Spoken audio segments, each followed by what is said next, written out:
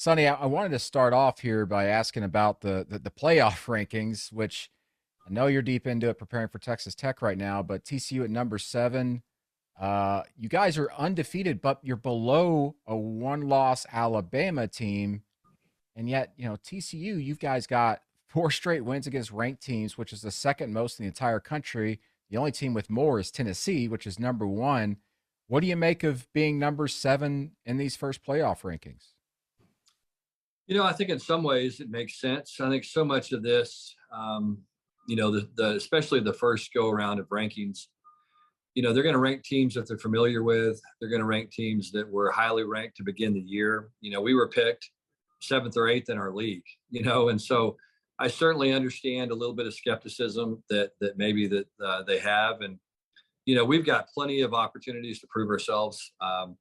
Worthy of that. And so what we've got to do is just continue to win football games and figure out a way to play well on Saturdays. And if we can do that and keep stacking wins, then, I'm confident it'll work out the way it's supposed to. So not upset about it at all.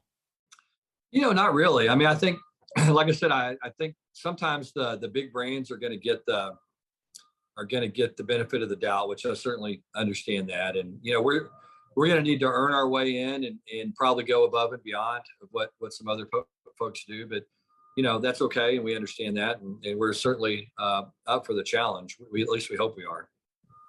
So TCU, you guys are undefeated going into this matchup with Texas Tech, which I'm sure for you, it's got to harken memories of, your dad and your history with Texas Tech. For those watching this, Sonny's father, Spike Dykes, is a Texas coaching legend on all levels. Spent time there at Texas Tech for 2 decades. What are your memories, and how is your heart feeling going into this week facing Texas Tech?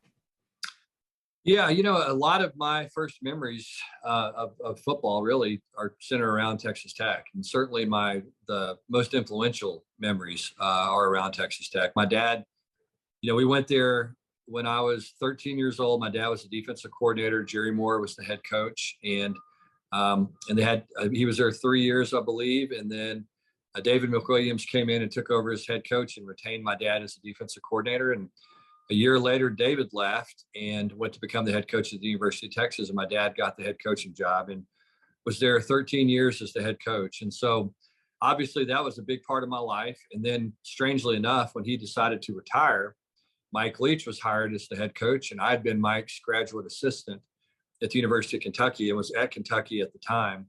And Mike hired me at Texas Tech. So when my dad was leaving, I was coming in. And so I spent 7 seasons there working for Mike Leach. So, a lot of my life, 20 years of my life really was kind of in a strange sort of way, kind of invested in Texas Tech. And so obviously there's a lot of family ties. My brother and sister still live in Lubbock, and got nieces and nephews and all kinds of folks that live there. And so it's, in a lot of ways, Lubbock's kind of our home.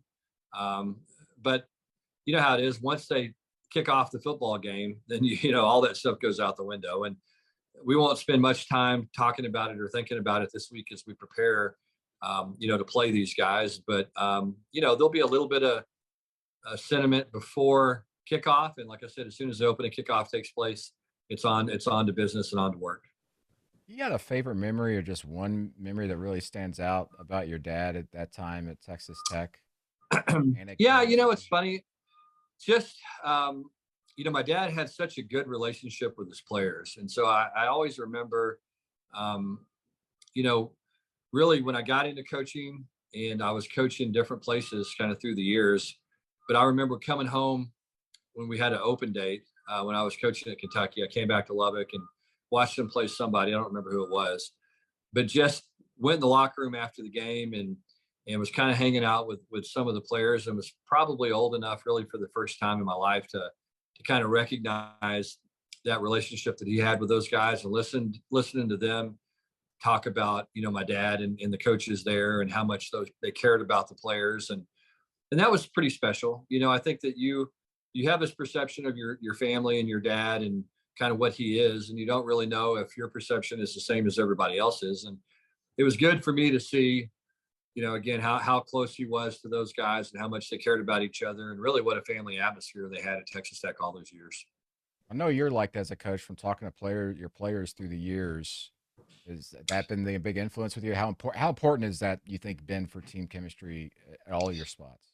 Yeah, I mean, I think that's a big thing. I mean, I really do believe that if you want young people to make sacrifices and to go out and to play hard for you, they've got to trust you. And a big part of building that trust is having a relationship outside of football, where it's not just always business, where guys can come sit down in your office and talk to you about stuff they have going on in their lives. And so and that takes time. I mean, it really does. It takes time and it takes effort and it takes work to build that relationship where guys can trust you enough. And if you can do that, you can build a great culture. Then that culture will help you sustain your program. I really truly believe that. And you know the way college football is, you're going to have some years where you got really good teams and really good players, and other years you may not have as many players. But as long as you've got a good culture, you're going to have a chance to win consistently. And so I'm a big believer in having that relationship with players, and building that relationship where, again, they can trust you and you can trust them, and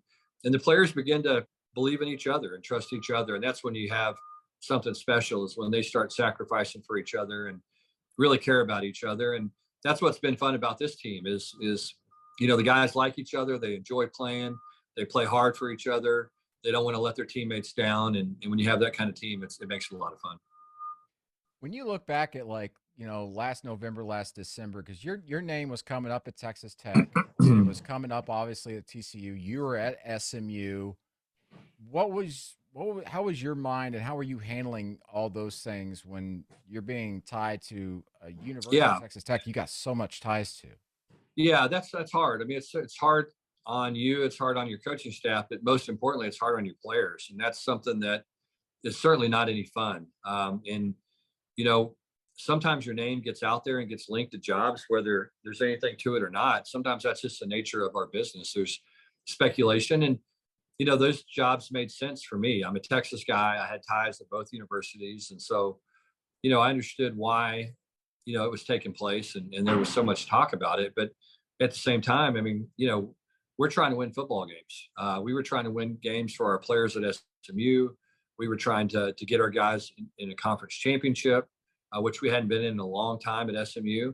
And so, we had all these goals that we were trying to accomplish, and it became a distraction. And it was unfortunate. It really was. It was something that kind of spiraled out of control. But unfortunately, that's kind of the way these things go sometimes. And there's really, not much that you can do about So why TCU for you? What drew you so much to the team? it. Well, I just think that this program has tremendous potential. I think that the one thing that TCU's done is they've had a lot of success in the past. I mean, you look at Gary Patterson era when he was here, and in particular the decade before this one, where they were in the top 10 pretty consistently. They had a Rose Bowl appearance. They were playing in a lot of New Year's Day bowl games. They were recruiting at a really high level.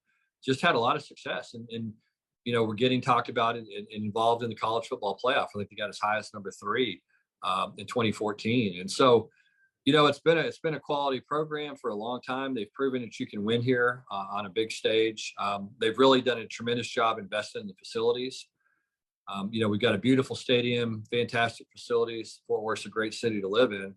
But really, honestly, probably more than anything else, I just believed in the people that were here. I think Chancellor Boschini, Jeremiah Donati, our athletic director, they did a tremendous job running the search. I mean, those guys were the only players involved in the search. It was very well run. It was very well organized. It was very impressive. I think they knew exactly what they wanted, and so it made it very comforting for me to come here. And I knew what kind of support we were going to get from our administration, and I've learned through the years how important that is. I mean, if you're not united with your chancellor and your athletic director, then it's going to be very difficult. And fortunately for us, they understand how important college football is to the university experience, and it's really important to TCU, and so that made it really a pretty easy decision for me. We're in a bit of an inflection point, obviously, in college sports as a whole, but especially really in the state of Texas when it comes to college football. With Texas is leaving the Big 12 here in the next couple of years, and there's opportunities and just some new teams coming in there in the Big 12. how does TCU fit in, with the future of the state of Texas when it comes to college football? I mean, you guys are the kings right now, but what does it look like, you think, in 5 years? Yeah, I think the timing of the success of the Big 12 has been really, really important. This league right now is probably as strong as it's ever been from top to bottom. And you look at the teams that are the strongest in the league right now. It's some of those teams that are staying here, that are going to continue to be members of the Big 12. And so that was important. I think that allowed us to get a TV contract that was going to be really, really important for us moving forward. I think the commitment to football in this area, in this region, is very, very strong. I think when you look at the emerging teams in this league, they're committed to playing big time college football. There's great coaches in this league, and you can't question the level of commitment at all. And so I think the conference has a very bright future moving forward. I'm really excited about the leadership out of the Big 12 office. I think the guys are smart. I think they're aggressive. I think they know what they're doing. So I think they'll make very good strategic decisions. And then I think the 4 teams that we're adding, will make the league very, very strong. All those teams have tremendous potential and opportunities to really play big time football, and it grows our footprint. And so, I think we're in a really strong position right now as a league, and I'm very excited about our future. And oh, by the way, I think we're hands down the best league in the country in basketball as well. And so I think that certainly doesn't hurt. And I think the Big 12 is going to be really stable. And I think, there could be opportunities for us to grow even larger probably in the near future. You're 8-0. You guys have had some amazing comeback victories where you've trailed or you've had to hold people off and rally. I was there for one of them at Kansas. Was a phenomenal atmosphere and a phenomenal game there in the second half, going back and forth. How have you guys been able to consistently do that, especially when you've had a schedule where you had to play 4 consecutive ranked teams and you managed to win them all? I think the biggest thing, honestly, is just confidence. I think our players are really confident in each other. It's probably as much as anything else. I think that they believe in the guy next to them. I think that they understand that we have good players. We got guys that can make plays, and they rise up to the challenge. I think that's been the thing that I've really enjoyed seeing is they want to perform on a big stage. They want pressure on them to perform, and they've been able to handle it up to this point. And so that's what's been fun. I think when you take over a program, the number one concern you have in a lot of ways is how are we going to respond to adversity? And we've been able to do that. This football team has battled back when we've gotten down. The Kansas game is really the first time this season we had been down for any substantial amount of time. As you said, a great atmosphere. It was college game day. Kansas was really playing well at the time. And, it was a lot of pressure on our guys, and they answered the call and really performed under pressure. And we were able to kind of pull away from them. And, I've done the same thing. We trailed 17 to a really good Oklahoma State team and battled back, and then trailed 18 the following week against Kansas State. And we're able to outscore those guys 28-0 in the second half and win a game against a very good team. So our guys have a ton of confidence. They believe in each other again, and they've really invested. And when you have a team that does that, chances are they're going to figure out a way to win. I want to pull this stat out for you from our research team. Your quarterback, Max Duggan, is the first quarterback to start 8-0 with 25 plus touchdowns and as few turnovers as he has right now since Tua did it at Alabama in 2018. And for those not familiar, Max didn't start the season as the quote unquote starter. Chandler Morris did, and then he had to come in, Max did, because of injury. What is so special about Max that he comes off the bench and has just been an absolute superstar and is starting to get even some Heisman hype from people? Yeah, we were fortunate when we got here. We felt like we had some really good quarterbacks. We had an open quarterback competition and went through spring and fall camp. And Chandler Morris just performed so well during camp. We named him the starter, went and played Colorado. Early in the second half, Chandler goes down with an injury. Fortunately, Max had played a lot of football. And so Max became the starter at that point. And never looked back. I think that's been the thing that's been fun to see Max have the kind of success he's had, just because, when he didn't win the job, he just rolled his sleeves up and went to work, never complained, Never pouted, never had bad body language, never had a bad practice. Just said, "Hey, look, I'm gonna do everything I can to help our team win, whatever that is." And fortunately for him, he got an opportunity, and he certainly made the most of it. And he's probably playing right now as well as any quarterback in college football. And the thing that Max does so well, it's really hard to. There's no place for it on the stat line. He's just such a great leader. He brings so much toughness and grit and competitiveness to our team. And he makes a lot of big plays for us where he'll pull a ball down and convert a third down. Really, really critical plays. And Max seems to play his best in the big situations in games. And so, he's had a great stat line. His stats are fantastic. I think he's 4th in the country in passer rating, all that kind of stuff. He's only thrown 2 interceptions, and really both of those were kind of throw it up balls, on 3rd and long situations. And so he's really done a great job taking care of the ball, executing the offense, spreading the ball around to the right guys. And so I think he's probably playing as well as any quarterback in college football, and he's certainly incredibly valuable to our team and our success. You've coached some amazing offenses and been around some amazing offenses, and we were hearing from your staff in the offseason that your unit this year could be special because of the talent that was there. I mean, Quentin Johnston immediately just jumps out whenever you watch film of him at receiver. How would you stack up this offense just in terms of talent and how they've the cohesion of them, all the other ones you've coached? Is it up there? Yeah, it's up there. I think what makes this group different is our ability to run the ball consistently. Yeah. I think that's, for us, that's been the big thing, and that's what's allowed us to get back in these games has really been, just lining up and running the football and winning the line of scrimmage in the second half and particularly in the fourth quarter.